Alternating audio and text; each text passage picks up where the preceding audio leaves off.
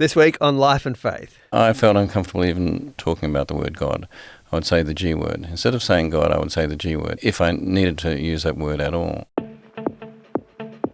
Are there values embedded in Christianity to do with the preciousness of life? He had a genius for alienating and packing people off. We are saddened and even shocked. We just don't really have that in our world at the moment.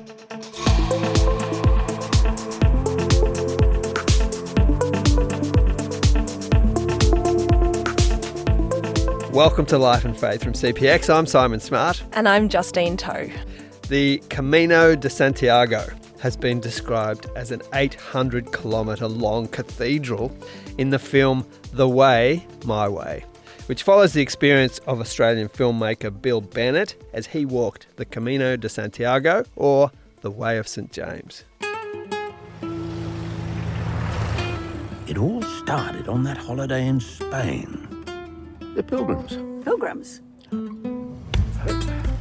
Hey. Need a lift, mate? No, I'm in training. Training? Yeah, I'm going to walk the Camino de Santiago. It's an 800-kilometre pilgrims walk in Spain. I am hoping that after this Camino, I won't have to apologise for you anymore. Are you Bill? Yeah, I'm Balázs. Well, nice to meet you. Here comes Leslie. Yeah. Hi. Oh, no, don't hug. Oh. I'm Rosa. Rosa. Home for the night? Shush. That is bone on bone. You will not be able to continue your Camino. We'll see about that. Somewhere along the way, The Camino is a network of pilgrimage roads and paths running through Spain, France and Portugal, all leading to the cathedral at Santiago de Compostela in Galicia in northwestern Spain, thought to be the burial place of the Apostle James. In the Camino's medieval heyday, around the 12th and 13th centuries, as many as 250,000 pilgrims would make the long journey every year. Today, the Camino remains popular with Roman Catholics, as well as plenty of spiritual seekers. Now, there are lots of different routes of the Camino. The Camino Francis is one of the most popular, and it sees pilgrims walk about 25 kilometres a day over about 35 days, covering 800 kilometres or 500 miles through picturesque French towns, as well as the flat, featureless fields of the Meseta through the centre of Spain. Now, Justine, you got to have this fascinating conversation. Yes, I was joined by Bill Bennett, who's an Australian filmmaker and author of the Camino memoir, The Way, My Way, which is the book upon which the film is based. And he's also joined by Johnnie Walker Santiago. Now, Johnnie Walker, that is his name, and he's Scottish, get that. Johnnie Walker Santiago is a well-known and beloved authority on the Camino. He's the author of numerous guidebooks as well on the whole experience. So he's going to chime in especially on the spiritual aspects of walking and also the very deep places that pilgrimage takes people as they do walks like the Camino. Now, just a listener caution, there's a brief mention of abuse that makes this episode unsuitable for children, but I hope that it doesn't put you off. It's dealt with very sensitively in the midst of a wide-ranging discussion that is really rich. So with that in mind, let's get into it. It was a holiday in Spain that first sparked Bill Bennett's interest in walking the Camino. That was in 2013. So looking back now, does he know why at the time he felt so compelled to do this? Well, that was the big mystery to me, and it was the mystery to my wife and my children as well. When I told them that I had set a date and I was going to do the Camino, they burst out laughing. They thought it was absolutely hysterical. They truly didn't believe that it was going to happen. But Justine, I didn't know why. But the compulsion was very, very real. It was. I remember going and buying my first backpack, and that was sort of like a turning point for me. Once I bought that backpack, it was like, there's no going back. This is it. I'm doing it. Did the reason perhaps reveal itself to you through the walking, or was it through, I don't know, talking to people, as your character Bill does throughout the movie as well, to constantly quiz them, why are you here? What are you trying to get out of this? Well, I did. I asked that. There were three questions I asked, pretty much everybody I met. One is, where did you start? Because, like, there's meant to be no judgment in the Camino, right? But when you ask that very simple question, where did you start, you immediately judge that person. It's the what do you do question, isn't it? Yeah, exactly. So the three questions are, where did you start? how much does your backpack weigh? Because that was a sort of private obsession of mine. And why are you doing the Camino? And invariably, most people didn't tell you up front why they were doing the Camino. And a lot of people were like me. They really didn't know. And to answer your question, did it become apparent during the walk itself? I was hoping that it would, but it didn't. And I got to Santiago expecting an epiphany, expecting this, extraordinary sort of suffusion of spiritual energy, explaining why it never happened at all. And that's why I went back to Australia and wrote the book, because I was hoping that in writing the book, the explanation would reveal itself, and in part it did. Would you like to tell us what happened? What did reveal itself to you in the writing of the book? Well, I think probably in the writing of the book, I realised for the first time what impact the Camino had on me, the transformational impact that it had on me.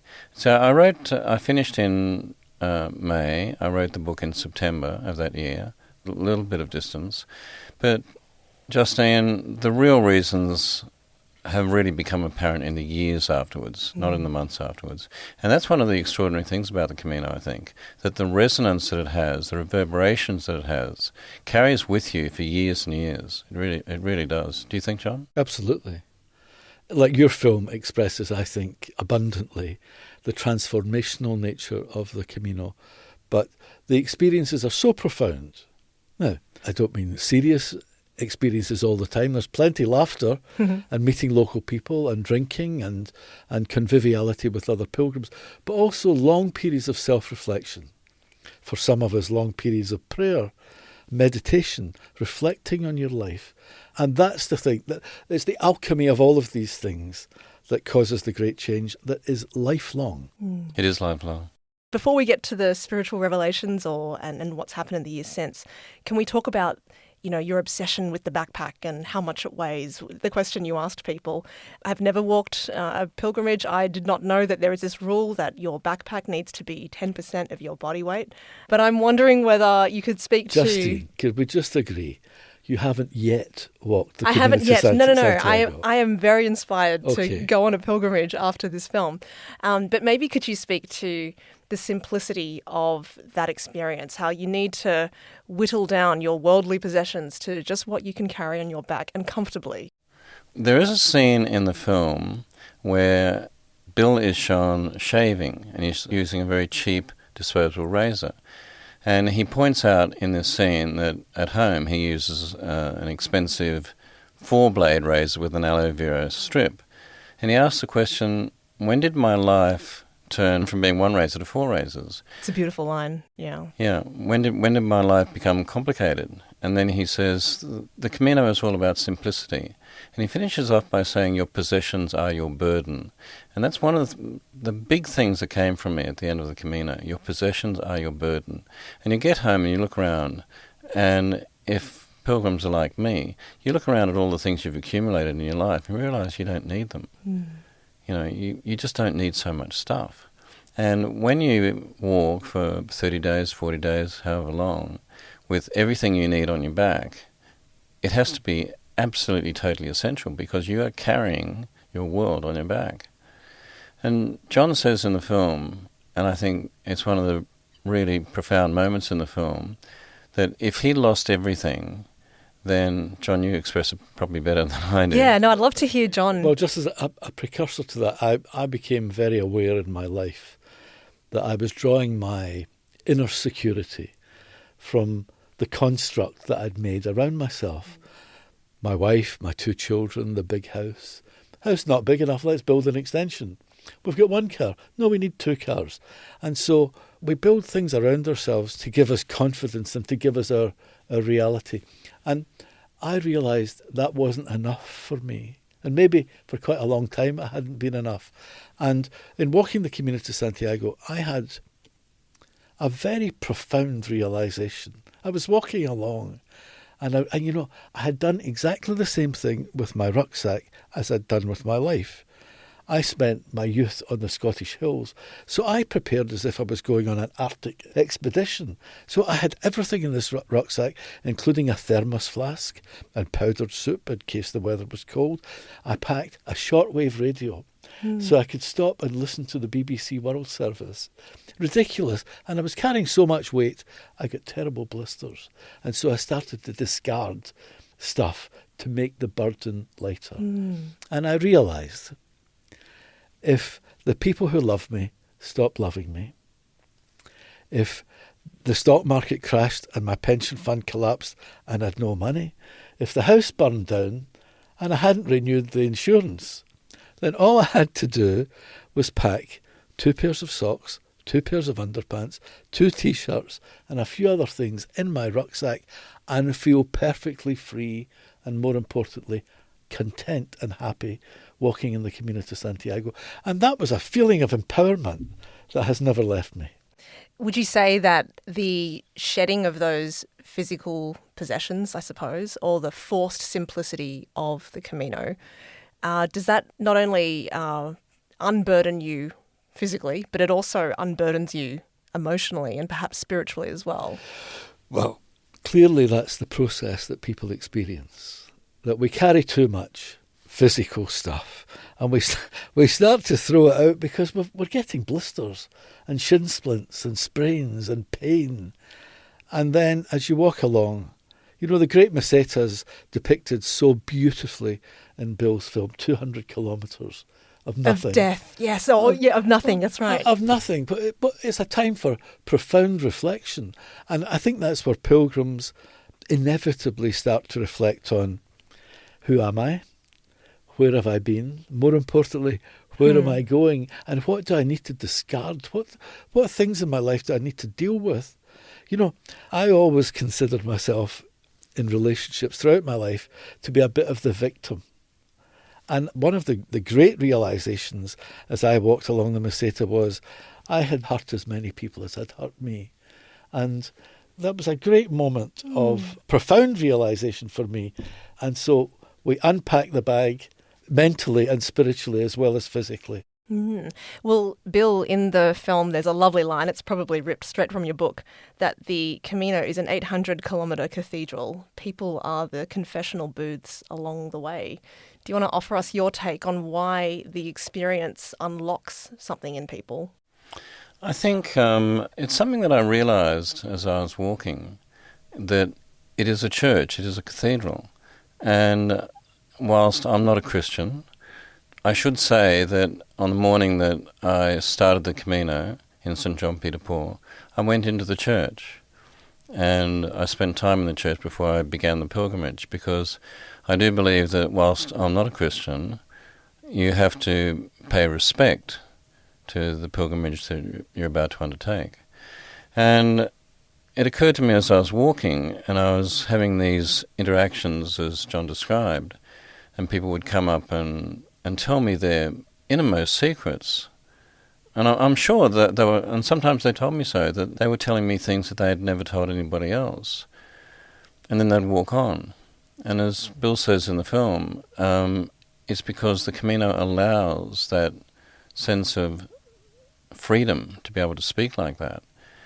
But, look, later on, as we got closer to Santiago, and new people would come in from Astorga or Sarria and so forth, and they were coming in for a 2 or 3 day walk, and they were rowdy and they were noisy and they were littering and I thought, you don't do this in a church.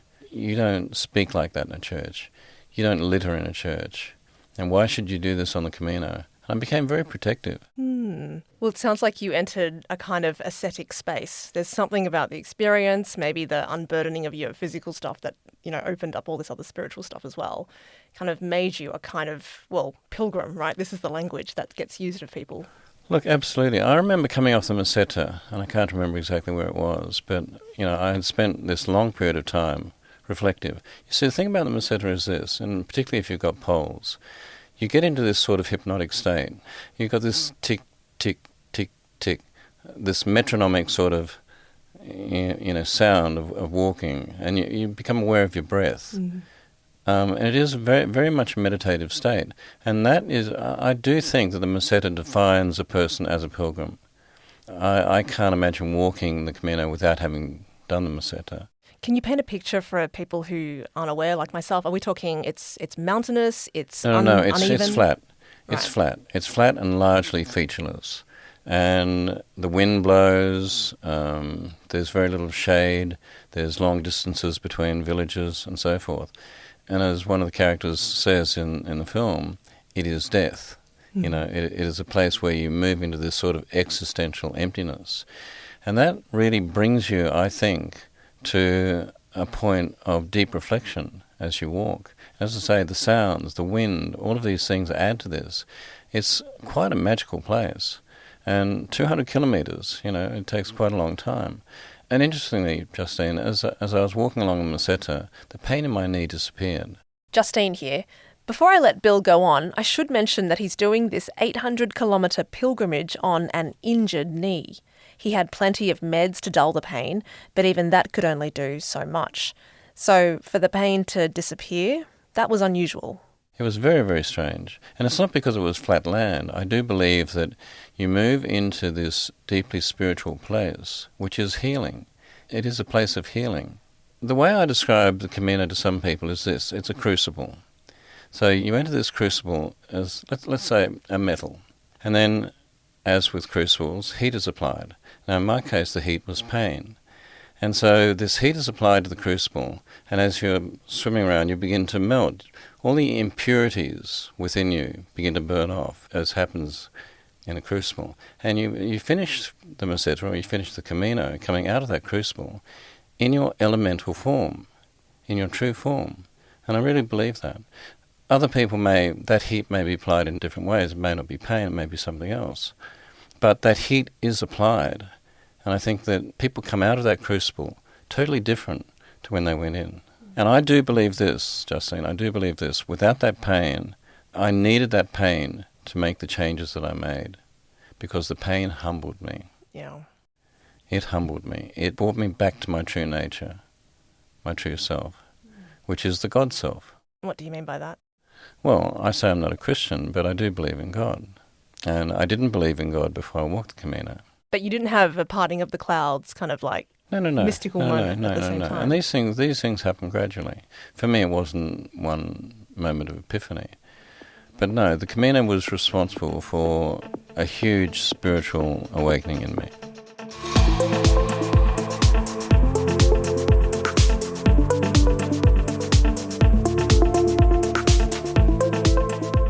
You're listening to Life and Faith, and we are hearing from Australian film director Bill Bennett and living authority on the Camino de Santiago, Johnnie Walker, talk about the experience of walking the Camino Francis depicted in the film The Way, My Way. Now, Justine asked Bill to describe himself pre-spiritual awakening. I felt uncomfortable even talking about the word God. I would say the G word. Instead of saying God, I would say the G word, if I needed to use that word at all. And in fact, when I was writing the book, at first I thought, how can I write this book without mentioning the word God? You know. But in the course of doing the walk, see, I decided to do the walk intuitively. I decided that I would let the way guide me, which was a huge, terrifying thing for me, because being a producer-director of movies, I love to plan, and planning is my life. I decided not to plan and just allow the way to guide me. And in doing that, it took me into places, and it allowed me to meet people that really did, they were agents in this transformation that I went through. I came out a different person. Johnnie, when you hear Bill say this, are you like, yep, this is what the Camino does to people? Well, yes, of course. I mean, what he's describing, this business of death, well, that's a bit dramatic, and it's used by an Italian. We shouldn't be surprised it's dramatic.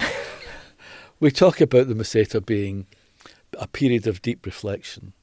I call it brainwashing. Now, that's maybe I'm competing with dramatic phrases, but brainwashing in the best sense, where you have the opportunity to reflect.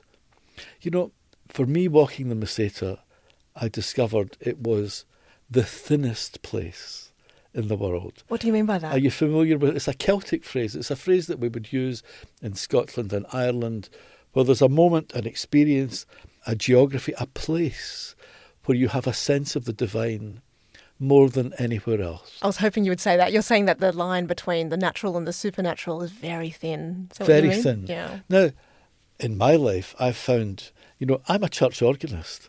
So I'm in church more often than more priests and ministers. And yet, being able to say the creed with utter conviction has always escaped me. I've always wanted to say, I might believe in one God, the Father Almighty, or I'd like to believe in one God, the Father Almighty, or I'll try to. And I made great efforts. But walking the Camino over all these years has taught me, John, stop trying. Just go with it. Be there in the moment. Think of the Lord. Say your prayers. Think of other people and stop the debating. And you do stop the debating because you've got to keep walking or you won't get to your bed that night. And this has been so good for me and has given me, I think, a spiritual life that I never ever thought I would have. I just never thought I would have. I thought I would die still having the great debate. Can you give me, sorry, I'm a person who loves detail. Could you give me an instance of where the Meseta felt like a very thin place to you? Was it just a vibe that you got, or did something happen, or did you just notice something unlock in you that then confirmed that this is a different place? Justine, it's really hard. You're walking under the beating sun. You're thinking of things. Your feet are sore. I can't describe the ache you get in your feet towards the end of the day, and all you're looking forward to is taking your boots off and uncurling your toes. And on one afternoon, I was walking along and I thought, I can't do this and I can't get to the end. And I felt the sweat, a drip of sweat dribbling down my back. And at that moment, there was the most gentle breeze. It was like bliss. Just in that moment. And I realised there is actually a lot more to this than I've ever understood. Does that make sense? Oh, yeah. It's beautiful. Earlier, Bill was saying how walking puts you in this hypnotic state, and that's almost like meditation. I wonder if you can speak, Johnny, to the link between prayer and walking, especially if there's like a rhythmic kind of movement and, maybe that sort of routine movement of the body can sometimes aid the sorts of prayers that you might have or the thoughts that you might have. Do you have any thoughts in that direction? Well, yes. It's part of my efforts over the years to meditate. I would say the Jesus prayer over and over and over again. Didn't work. Tried the rosary over and over again. Didn't work. I walked the Japanese pilgrimage, the 88 temple pilgrimage on the island of Shikoku, where there are 88 Buddhist temples and they say their mantras. So I tried that. No, but walking the Camino de Santiago, just with the physical rhythm of walking and reflection, has been totally satisfying for me. Now, it took a while. This was not an instant fix. It was doing it and doing it and doing it. But of course, the Camino takes on a momentum. We say we get up in the morning, we dress, we go walking, we arrive at night, we have a shower, we go to bed, and we get up the next day and we do the same thing for 30 or 40 days in a row. And that enters you into the world of pilgrimage, which is deeply reflective as well as greatly celebratory with other pilgrims. It's just Justine interrupting for a second. Something you need to know about The Way, My Way. Most of the people in the film aren't actors, but the real pilgrims Bill met back in 2013 and who he invited back to make this movie. The most incredible thing about this film, its very authenticity, comes from the fact that of 20 speaking parts in the film, only 3 are professional actors. Yeah, now, right. You've seen the film. Yeah. So I tell you what, I'll give you a bottle of Johnnie Walker Black Label if you can name some of the pilgrims who are pilgrims and not actors. No, I'm only teasing. You don't need to do it. I could have a go. But that's where the great authenticity comes from, Bill. You've done a huge thing in terms of cinema, in terms of movie making, by bringing together amateurs and professionals and creating something which is hugely dramatic and passionate, as well as very funny. Well, John, if you saw the film, John makes a revelation as well. And I think, John, that was the first time you had publicly come out and said what you said. Bill asked me to take part, and the only direction he gave me was behave with fellow pilgrims as you would behave with fellow pilgrims. And so I found myself talking to the character Bill after the huge walk up the hill to oft-travelled, and we're sitting there, and I just found myself talking, and I shared with him the whole thing of life is much more simple now. And then I said to him, I found myself crying one day walking in the Camino, and I could take myself back to that moment where I was reliving childhood experiences of being sexually abused for far too long. And I never told anybody. I mean, my wife knew, and I went into therapy, and I dealt with it in my adult life.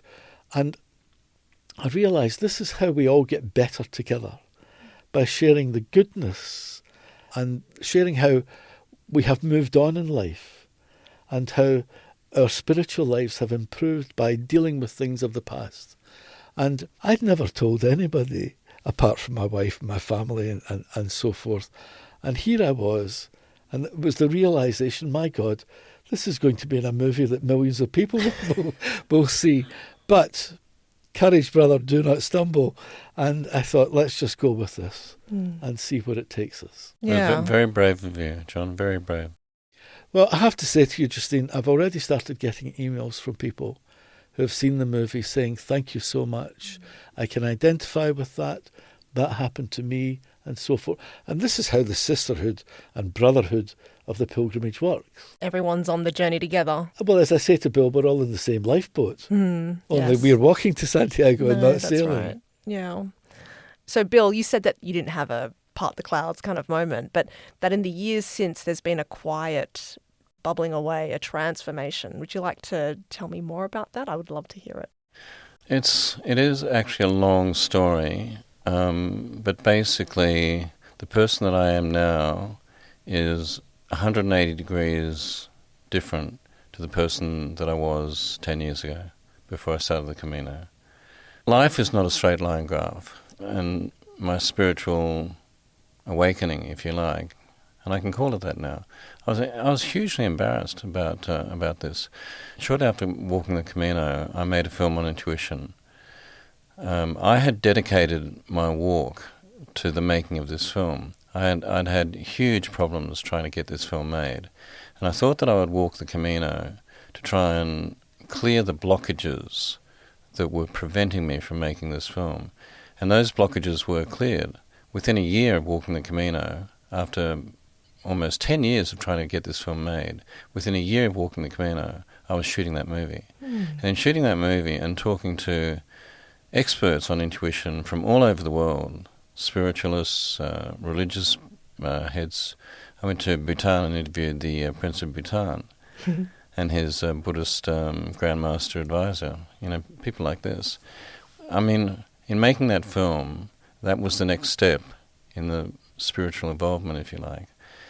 And one thing led to another, and here I am.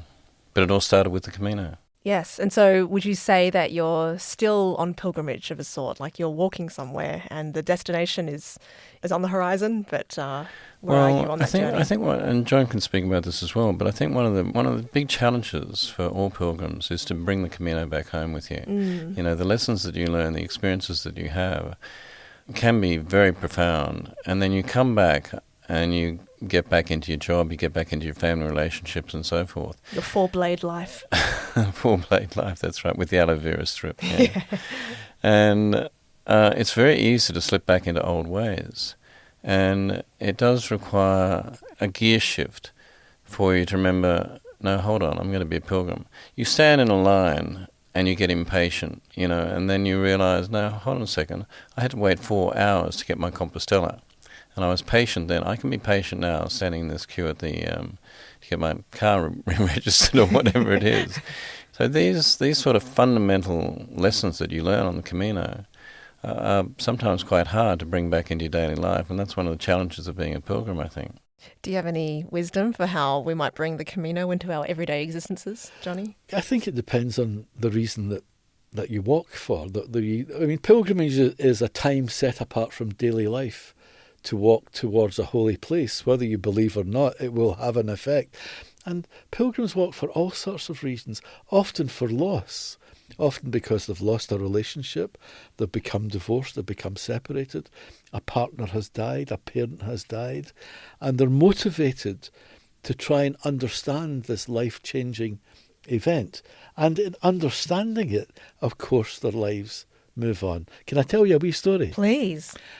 I met a French couple. Would you understand the Scottish word perjinct? No. Perjinkt's a great word.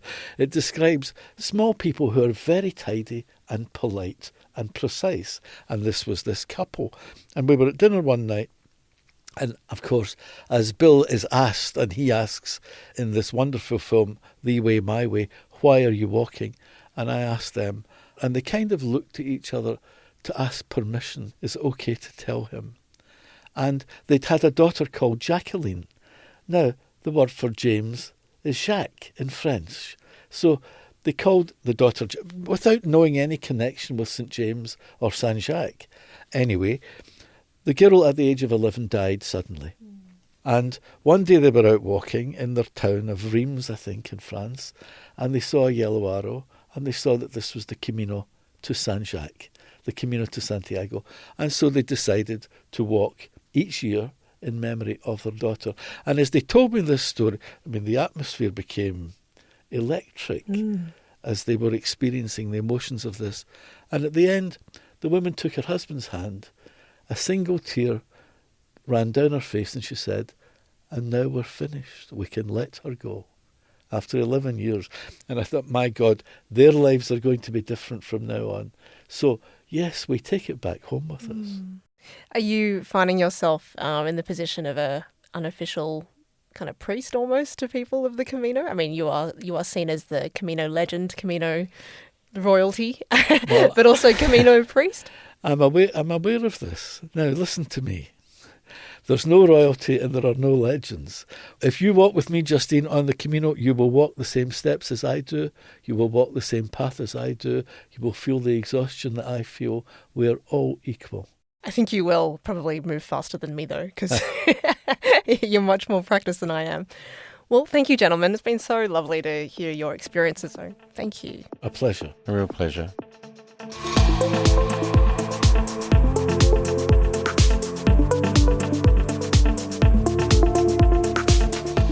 You've been listening to Life and Faith with me, Simon Smart, and Justine Toe.